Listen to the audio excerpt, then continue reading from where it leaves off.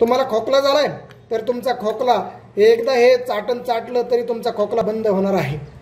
परंतु हे चाटण नेमकं कशाचं आहे हे सविस्तर जाणून घेण्यासाठी हा व्हिडिओ तुम्ही शेवटपर्यंत पहा, म्हणजेच तुमच्या लक्षात येईल। चला तर आता आपण कृतीला सुरुवात करूया। स्क्रीनवर आपल्याला 4 घटक दिसत आहेत।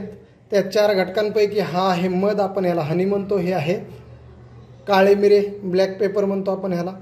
ही आहे साखर, आपण साधी दररोज जी वापरतो ती साखर आहे। आणि ही आहे गाईचं तूप। तर ह्या सर्वांच्या सहाय्याने आपण खोकल्यासाठी गुणकारी असा एक घरगुती उपाय आपण करणार आहोत। सर्वप्रथम आपण याच्यातले 10 मिरे घेणार आहोत आणि हे मिरे आपण बारीक करून घेऊया। आपण मिरे बारीक करून घेतलेले आहेत।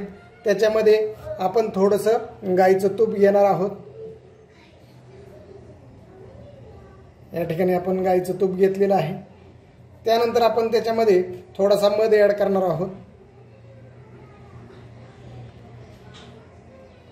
नंतर आपण चिमूटभर आपण त्याच्यामध्ये साखर टाकणार आहोत। या ठिकाणी तुम्ही पाहू शकता आपण साखर टाकणार आहोत आणि हे व्यवस्थित आता आपण मिक्स करून घेणार आहोत आणि याचं एक चाटण बनवणार आहोत।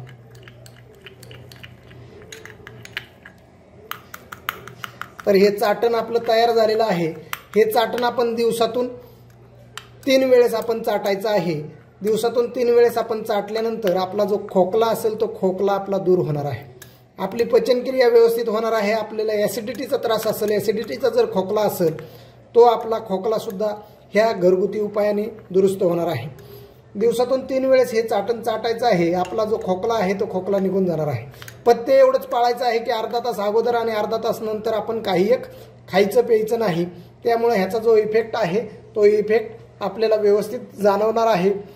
3 दिवसामध्ये आपला हा खोकला निघून जाणार आहे। कसल्याही प्रकारचा खोकला असेल तो आपला दुरुस्त होणार आहे। कफाचा खोकला असेल, कोरडा खोकला असेल, डांगे खोकला असेल, सर्व प्रकारचा खोकला दुरुस्त करण्यासाठी अत्यंत गुणकारी असलेला हा घरगुती उपाय आहे।